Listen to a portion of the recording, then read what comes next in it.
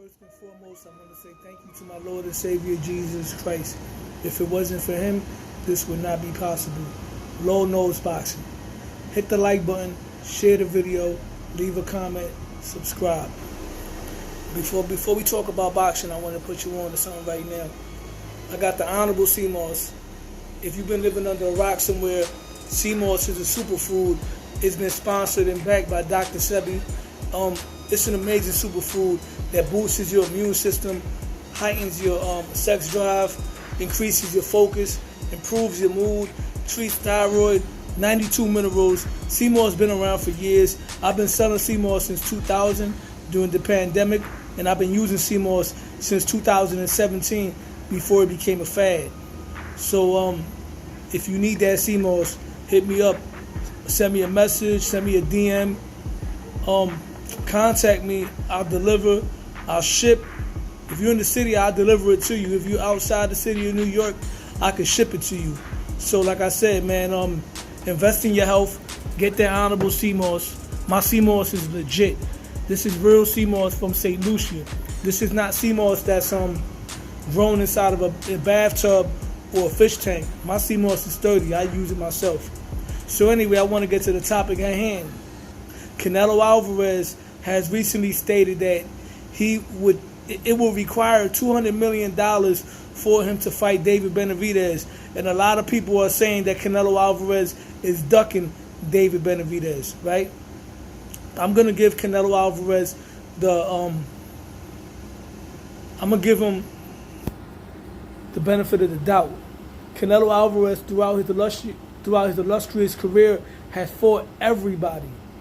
Everybody that the fans demanded him to fight, he fought, with the exception of maybe Demetrius Andrade and Charlo. But he already took care of one Charlo. They both were born at the same time. They're twin brothers. You beat one, you beat them all. So Canelo Alvarez took care of that Charlo work. He fought everyone that everybody wanted him to fight. Maybe not when they wanted him to fight them, but he fought them at the end of the day. Canelo Alvarez also has a history of having fights in between big demanding fights, sort of like to prepare himself.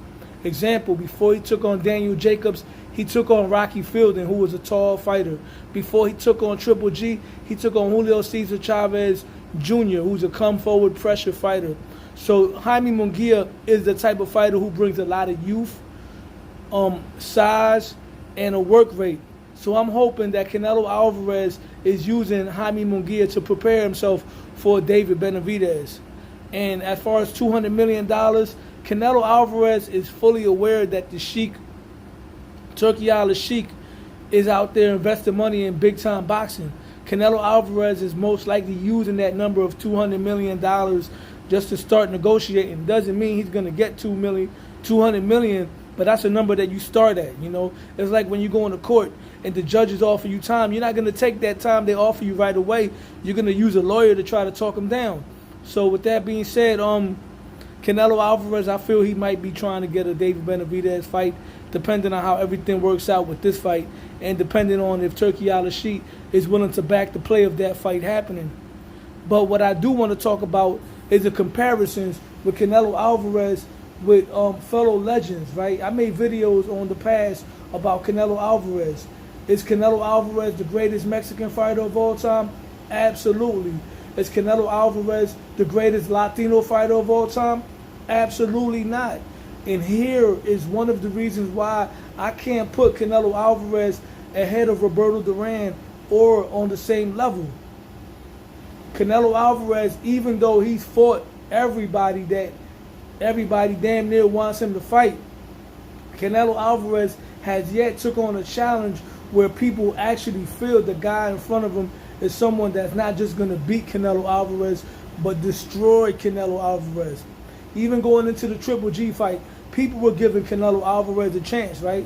And me personally, I give Canelo Alvarez a tremendous chance against David Benavidez. But there's a lot of people out there that feel that Canelo Alvarez is going to get destroyed by David Benavidez.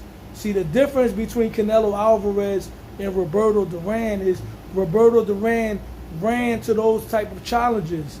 When Roberto Duran was 37 years old, past his prime, he was at 160. Mind you, he started his career at 127 pounds, or 126, his first pro fight, right? Became a champion in his first weight class at 135. But Roberto Duran, at 37 years old, took on Iran Barkley. Iran Barkley is a fighter that knocked out Tommy Hearns. Tommy Hearns knocked out Roberto Duran a few years prior to that fight. So imagine this scenario. Imagine David Benavidez were to go to 175 and knock out Dimitri Bivol.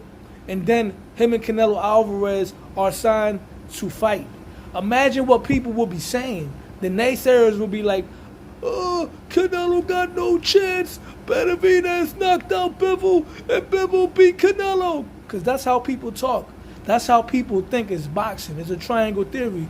So with that being said, Iran Barkley knocked out Tommy Hearns, who knocked out Roberto Duran.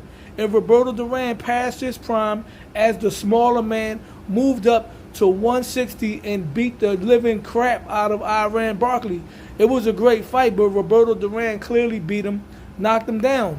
And that's not the only time Roberto Duran was in a fight where people thought he was way over his head. He moved up to 147 to beat Sugar Ray Leonard, who was a slick black fighter who was much bigger than Duran in his prime. Duran was the older, smaller fighter. And Duran moved up and took on these challenges.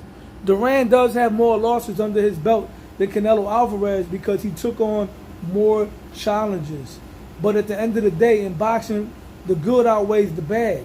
Roberto Duran challenged himself against opposition where people felt he was way over his head.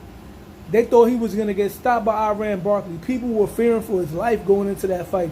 And Roberto Duran put up one of the best performances of his career. So we can't compare Canelo Alvarez with Roberto Duran. He has a lot more work to do before we can start talking about that. And personally, I don't think Canelo's going to surpass Roberto Duran.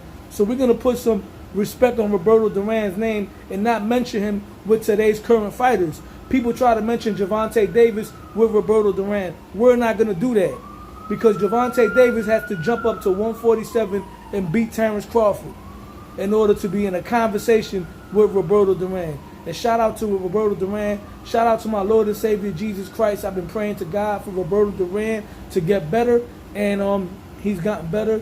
He's out the hospital to my knowledge. Anyway, I just wanted to bring you up to speed. You know I'm a historian. That's what I do. With that being said, hit the like button, share the video, leave a comment, subscribe to my channel, Low Nose Boxing, because Low Nose Boxing. Pa que tú lo sepa, I'm out.